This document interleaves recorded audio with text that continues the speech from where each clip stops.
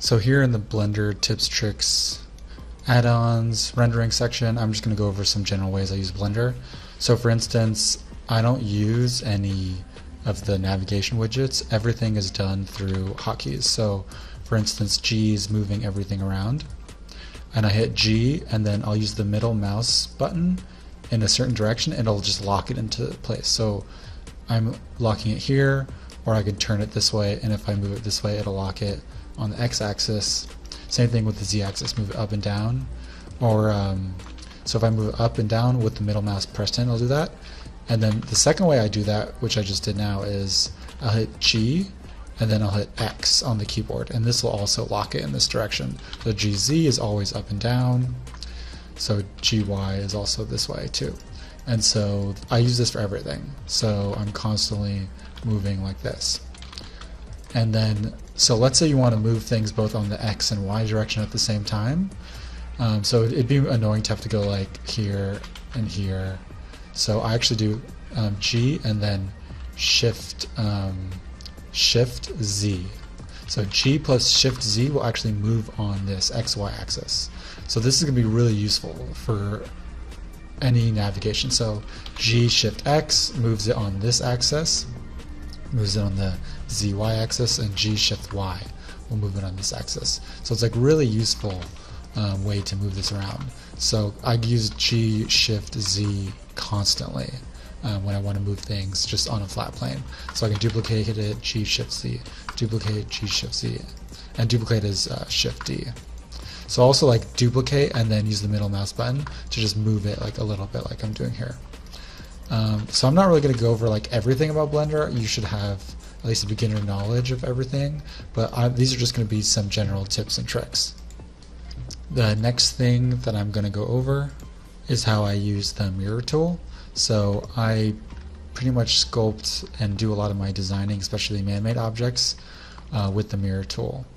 So I'm going to add, like, let's say a cube, and what I'll do is go into edit mode, select this face, Shift S to bring up this menu, and do cursor selected. That just kind of brings the cursor to the middle of this face. And then I'll set origin and go to my modifiers with mirror. And then you just got to make sure it's on the right section, but I pretty much model everything like this. So I'll like duplicate. I like to work destructively, so I can, like, let's say hit L to select this, and then this is a separate piece. So I like to do this a lot when I'm modeling things. This just kind of like allows me a ton of flexibility for when I'm making designs. I use the mirror constantly, and then when you're done you can just apply it and you got your full shape. The other thing that's also about navigation is how I rotate objects. So R to rotate, and it goes crazy. Oftentimes what I do the most is I rotate on the Z axis, but snapping in Blender isn't always the easiest because I tend to need to do a lot of 90 degrees. So I'll often do R and then I hit Z, that goes to the axis, and if I hit 90, which is 90 on the keyboard, it'll automatically do a 90 degree turn. So RZ 90, and you can do this for any of the axes. And then for instance, like let's say I want to instantly like flip this to the other way, I do Control M, and then based on which direction, like X, it'll instantly flip. So Control M Z will flip it upside down. Control M X, flips it. So this is how I'll easily kind of like do my navigation, my mirroring, my flipping. Another thing is I use the 3D cursor a lot, which is this guy. Shift right click to paste objects. So for instance, I want this guy to be over here, so I'll hit this, Shift D to duplicate, right click to set origin to 3D cursor, and then geometry to origin, and boom, it pastes it there.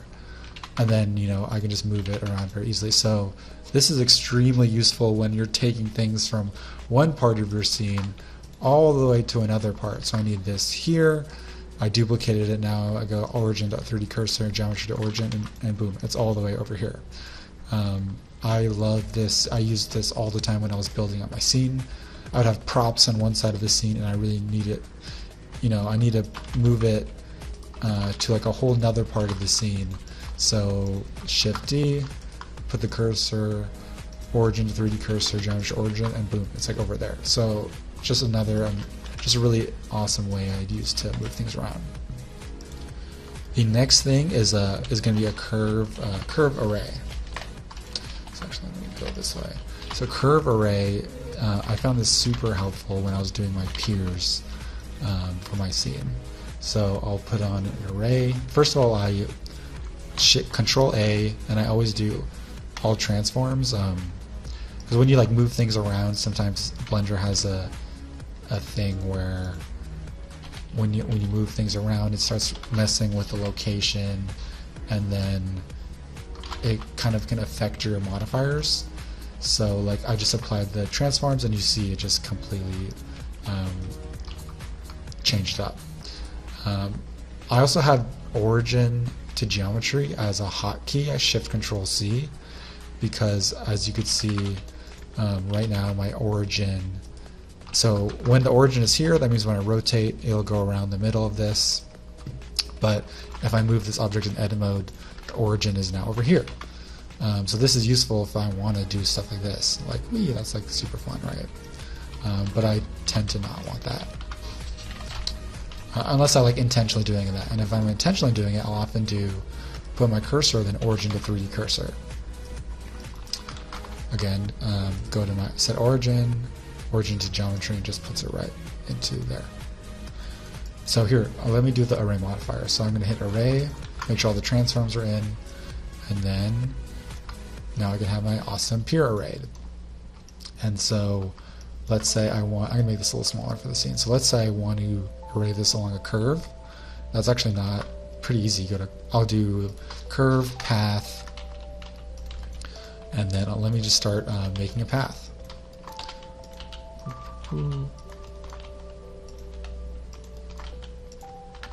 So here we got like a pretty easy path. We're going to add a curve modifier here. So instead of like manually putting it, that's just too crazy. So we're going to add a curve modifier, and then curve object, we're actually going to pick this. And then, oh no, it's gone. So it's not gone, it actually just went to a different part of the scene. So this needs a little bit of kind of like figuring out where it went and where it needs to go. It's a little finicky. So how I'm going to move this along the curve, since it's kind of the right way, I'm going to do G, and then I'm going to push X. So now when I like start just G, X, and drag, it's going to like just follow the curve, which is really cool. Sometimes it's like facing the wrong direction, like the wrong angle, so I need to rotate it 90 degrees. I never really know when I do this, but now I can just up the curve amount, and I got this cool pier that's just like following my curve, which I love that. This is just going to make your scene kind of like heavy. Oh yeah, so also when you go into this in edit mode, you think it's disappeared, but it actually just went all the way over here. This is where it will appear if I turn off the curve modifier. So something to kind of keep in mind if you're going to continue to edit this. And then you can obviously just keep editing the curve. I could like just take this point, G, Shift, Z, and just move it. G, Shift, Z, and just move it. Like really, really cool. And it'll like also bend it'll also like bend things. So for piers, I didn't mind that at all. But keep that in mind if you want it to be not bent. Okay, let's see. Take that off. Take this off, and let's just make this more manageable. The next thing I'm going to go over is the kind of how I use the sculpt tool. So 3D cursor, cube. The sculpt tool is like a really powerful tool in Blender. It's pretty great. It's not as good as I find it's not as good as ZBrush, but it's really, really powerful. So I access this by control kind of like the tab key, hold it, and then I'll go to, so I got object mode and sculpt mode. So I'll kind of like jump between these really fast just using these hotkeys. And first I need to subdivide this like a ton. Not a ton, but a decent amount. And you can see here it's only 24.5 thousand faces, so that's pretty cool. So in the sculpt mode, I can just hold shift and start smoothing. I love to use this feature. I'll hit G, and also G is the grab tool, so I can start grabbing pieces, smoothing. There's your clay tool, which is really cool. So mix between and hold shift to like move it. So this is kind of how I made the mountain in my scenes. That's just how I got the general shape, was kind of sculpting, G tool to move. And this isn't on Dynamesh, so what this is doing is it's kind of like stretching polygons. So what I will do is after I kind of sculpt for a bit, I go into sculpt mode, click the tools, go to remesh, and then this is like the default, so I'll click remesh and see how it looks. And I can tell that by hitting tab. So it kind of remeshed at a lower poly. Remesh is just great also to reduce poly count. So let me go to like 0.04 and then hit remesh. So great, it kind of like remeshed it. It's actually even less polygons than it currently was before. If I'm going to do a lot of sculpting, I'll probably turn on Dino Topo. I don't do a ton of sculpting like this, but it's pretty cool for getting details. I probably want to like subdivide it a bit more to get more detail resolution. And then I kind of just, and then from here all I have to do is add a displacement map, and it'll look, and texture, and it'll look pretty cool. So another way that you can reduce the poly count, so like let's say this is too many poly count for me, like this is so first I can reduce the poly count by either going back into sculpt mode and let me remesh it at 0.0. Let's say I remesh it at like 0.01, and I can't remesh while Dino Topo is on, so I actually have to turn that off. So remesh at 0.01. You kind of want, if you remesh too low resolution, it could crash Blender, so that's just a heads up. So this didn't crash, awesome, but it's also 269,000 polygons, which is too much. So I'll go to modifier, decimate, and I love the decimate tool. I can go to like 0.3, and it just needs to calculate, but it'll just kind of reduce the polygons by so much. And it tends to keep the overall shape and feeling. You can see like a little bit of kind of like pixelation here, but that oftentimes gets covered up by texture, and you can obviously paint out any seams. So what I would do is I would keep the polygons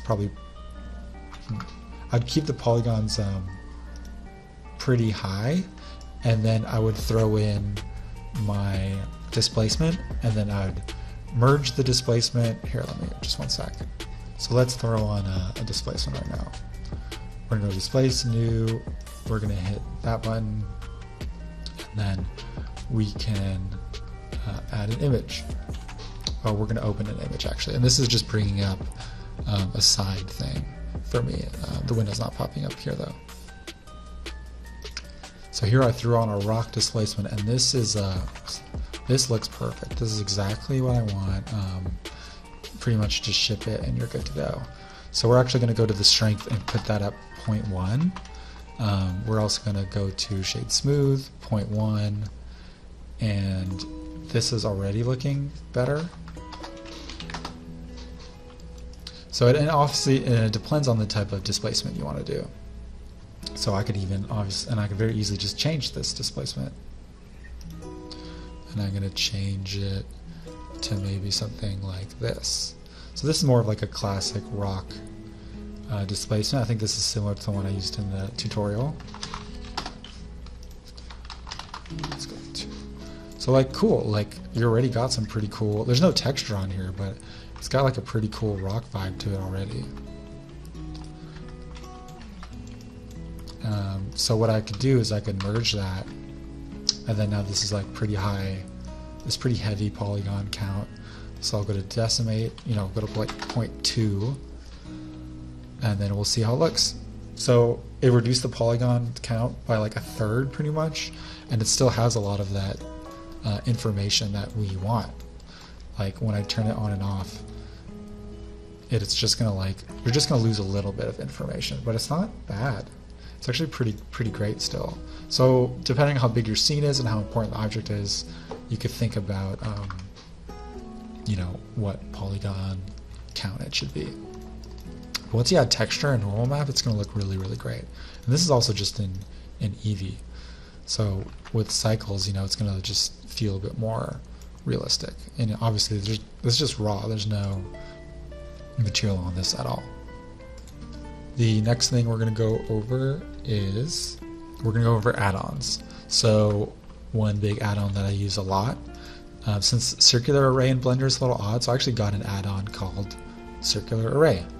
So how it works is that, how I use it is that it'll array based on kind of the 3D cursor. So, or I kind of, maybe it's based off over here. So what I tend to do is I kind of create my object, I hit circular array, and then you can open this and you can do the count. So like we can go to 10, and then once I move it, I kind of want to follow a specific axis. So I'll just move it on the x-axis, for instance, and now I just have these on the x-axis. So I can continue like modeling on here, and now I kind of got these like circular arrayed pillars. So like for instance, I can separate objects, and they're like still keeps the circular array information, which is really cool. So cool, we have like now circular arrayed objects. So now what you want to do is you want to, so what can happen is if you kind of, sometimes this count gets messed up where it's at a way higher number than it's actually displaying. So you can actually just right click, hit delete driver, and then you don't have to worry about like having like extra, because if you merge it when there's a lot extra, it'll double up your geo. So essentially all you have to do is hit just have to merge it, and now it's, you know, it's pretty much done. So I use this add-on a ton. Let's see, and I'll just go over the other ones. I tend to use I use box cutter, but I use it just for, I use it in like a very funny way. So I actually really like slow and methodical way of like making my booleans. So I hit with node wrangler enabled. It's an add-on. You pretty much just need to make sure it's in your like edit preferences, node wrangler is enabled. It comes with Blender, but you click your boolean shape, you click your main shape, control, and then minus on the numpad, and then it'll get your boolean, and you'll have your editable shape. Let's do it in here. And then I always go to fast because it tends to work well. And then, so I actually like will make a bunch of these. So this is kind of like how I do a lot of my like sci-fi designs, is I'll kind of get like a whole bunch of booleans in here, and you know they can like overlap, and it's nothing merged. It's all editable, which is like it's so great. Oh, interesting. So now this is actually tearing. So sometimes it'll like tear things up a bit, which is very interesting. And then, but the other way, what I would do actually is I would use the mirror tool. So for instance, I'm going to set the origin to this. I'm going to add a mirror. Make sure that the mirror is on the x-axis, and then the mirror needs to be on the bottom, because if these aren't on the bottom, you can see it's just going to show up on one side. So when the mirror is on the bottom, it'll show up on both sides. So you can just start like booleaning one side, and then it'll show up on both sides. So this is actually how I do my sci-fi stuff. When you hit tab, this is the shape that it's based off of. So you can make pretty complex designs and shapes like this. You kind of just like build it out over time.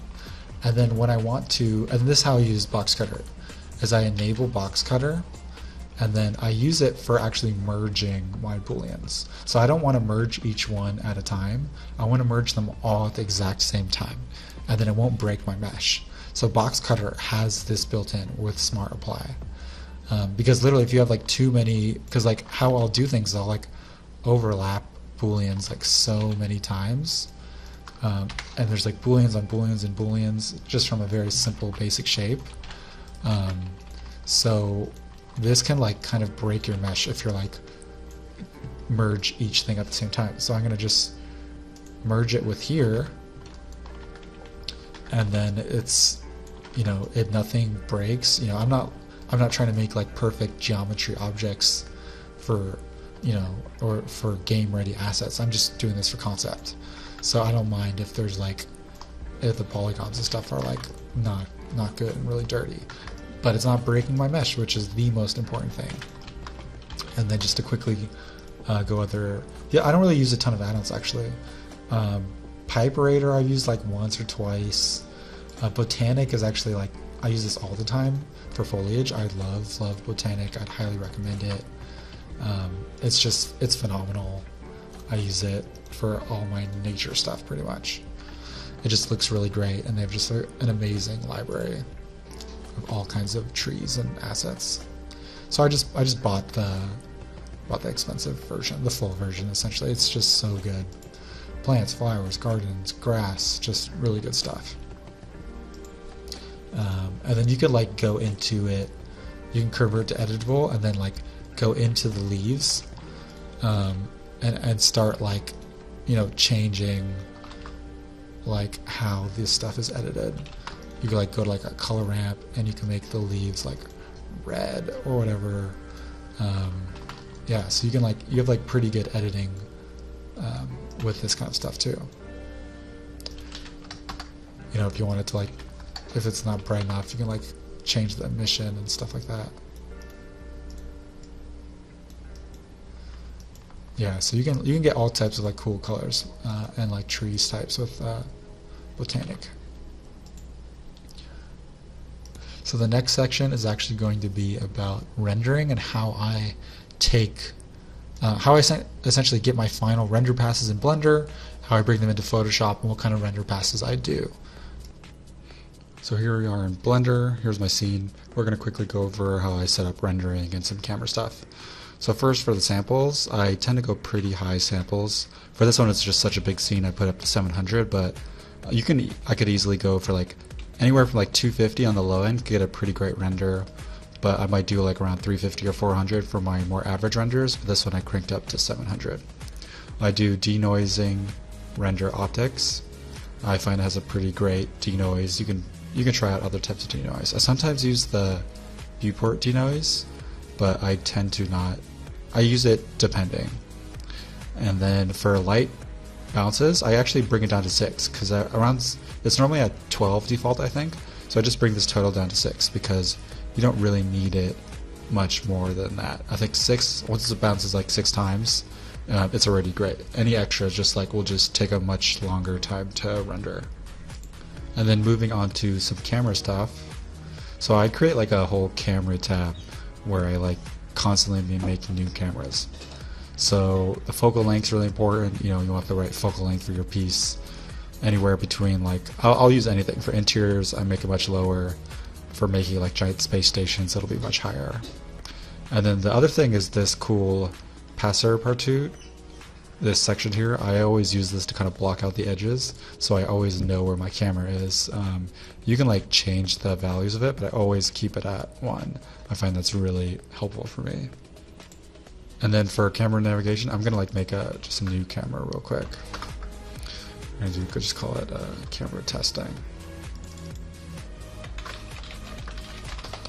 So I use this special way of 0 on the keyboard, like on the numpad, will kind of bring me in and out of the camera. So it's kind of can jump me in and out really quickly, which is great. And then when you make a new camera, which I'll just make a new camera real quick, you can switch between them by clicking on it. You click on this camera, you hold Control, and then push 0 on the numpad, it'll switch to that camera. And then if you quickly want, like let's say I want to position my camera like right over here, because I really want this, I do Control Alt and then 0, and it's gonna boom, move this camera right to here. And then if I want to move this around, I've set this up so Shift F will actually be like a way where I can look around, almost like it was in Unreal Engine. It's called like the Walk Fly tool here in Blender. So you know, WASD will just move it up and down, and then and then the mouse wheel will zoom in and out much faster or much slower. if I want just like a really slow pan.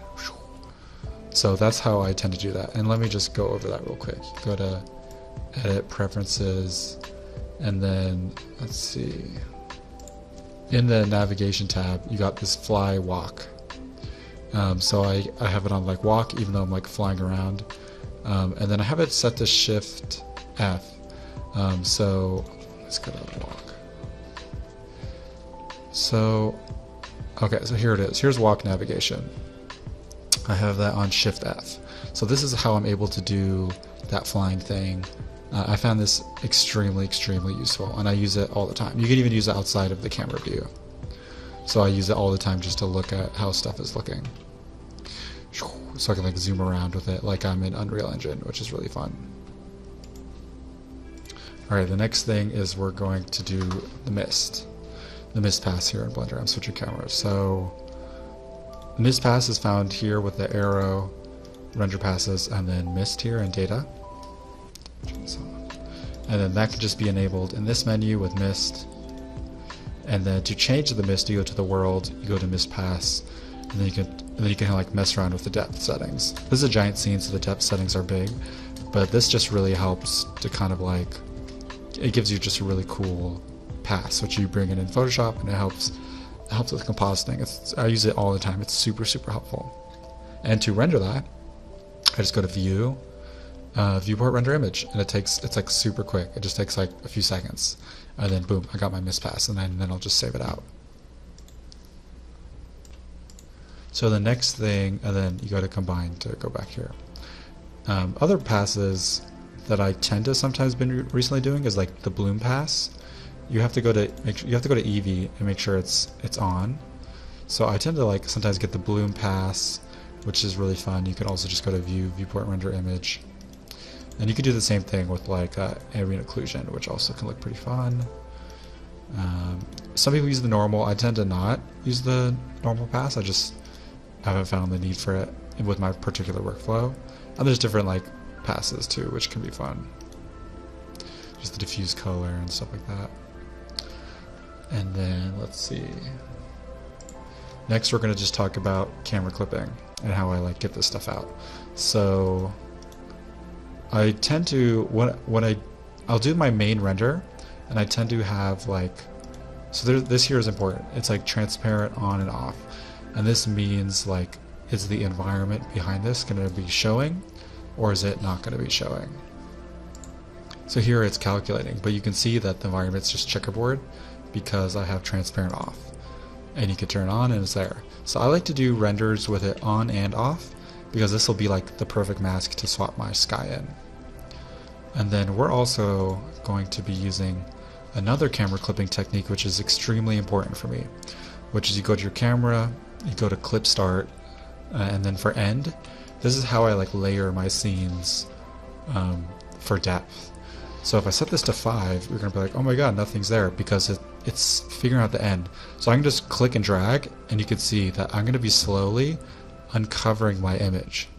And this combined with the transparency, you know, making sure that transparent is on, that is how I get like depth, like render passes based on depth in my images.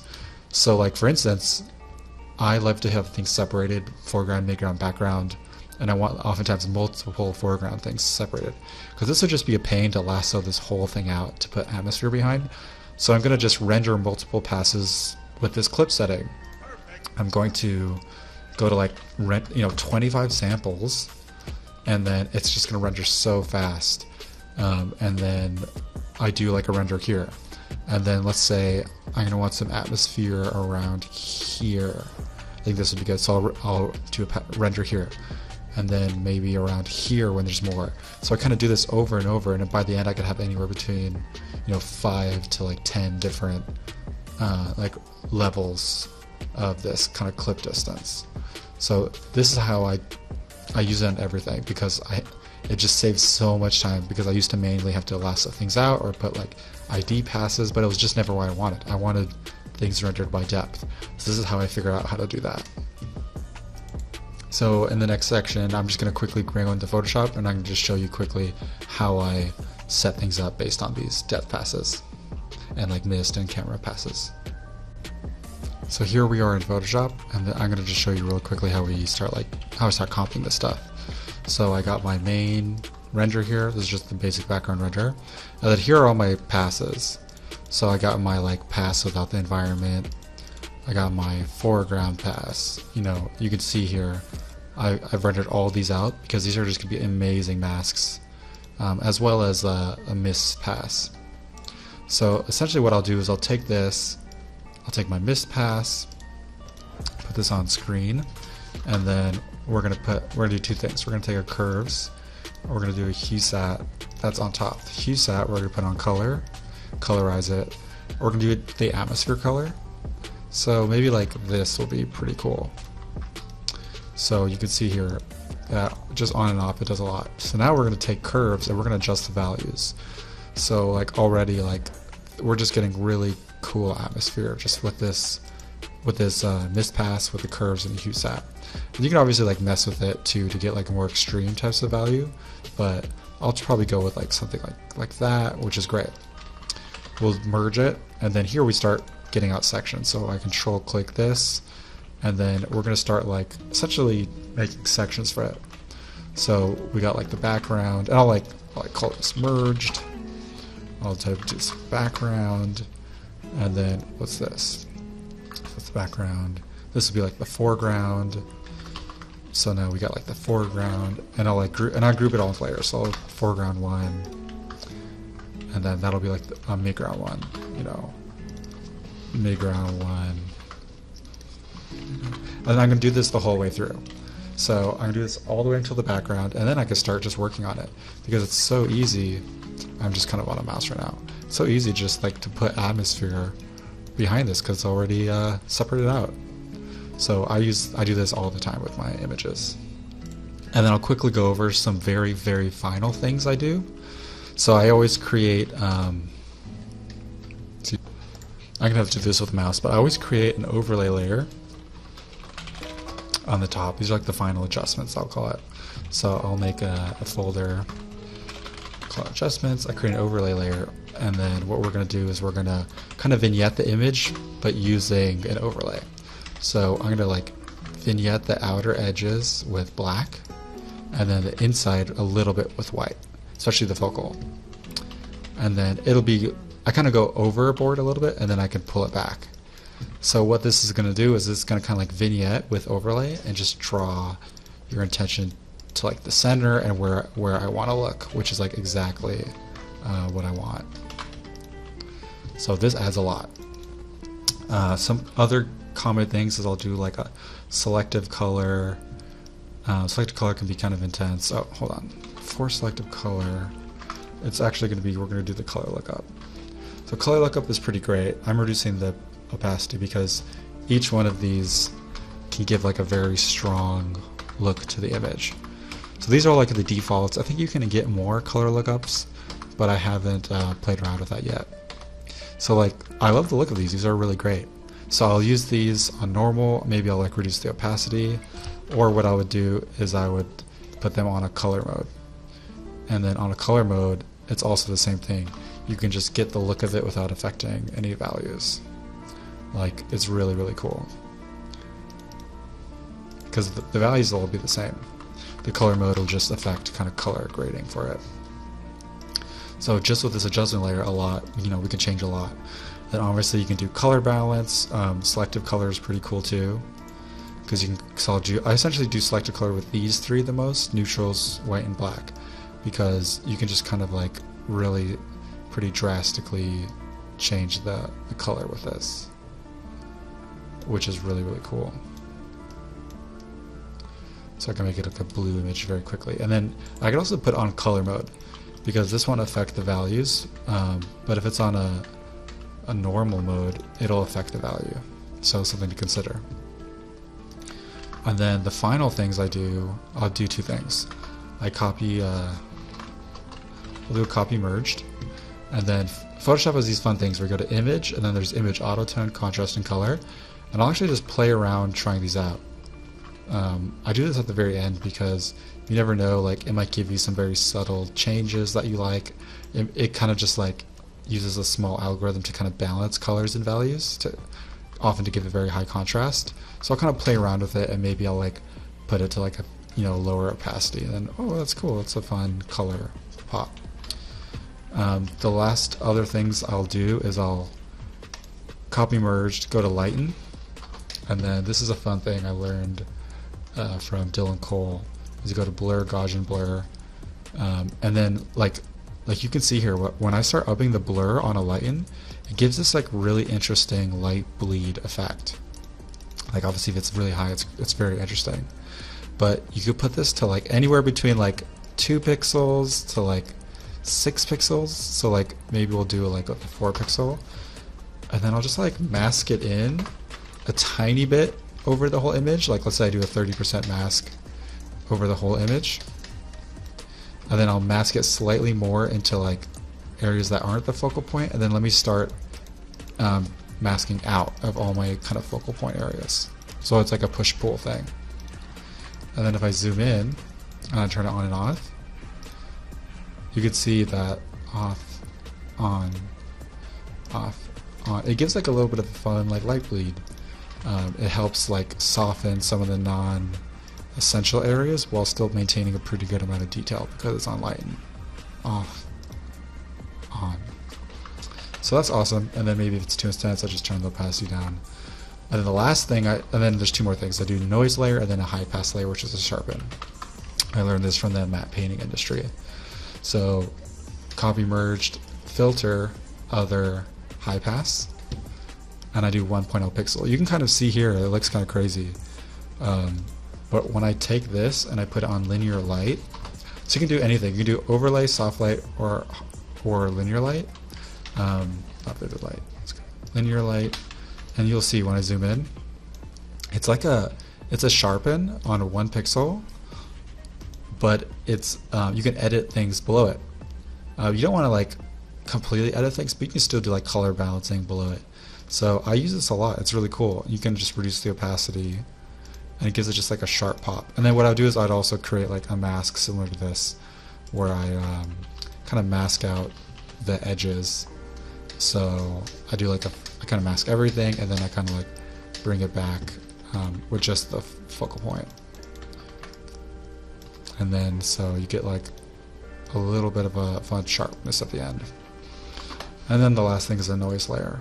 So overlay, put this on a 50% gray, fill it, filter, noise, add noise. I just have like the amount set to like, pretty high amount. And then I reduce the opacity a ton.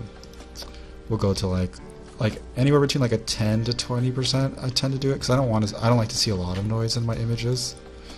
Like even that's like a little bit too much. So I'd probably do like a 14% because I want to see like a little bit of noise, but not a lot. So when I turn it on and off and I'm zoomed in, I can see it, but I don't want it to be seen from just regular viewing.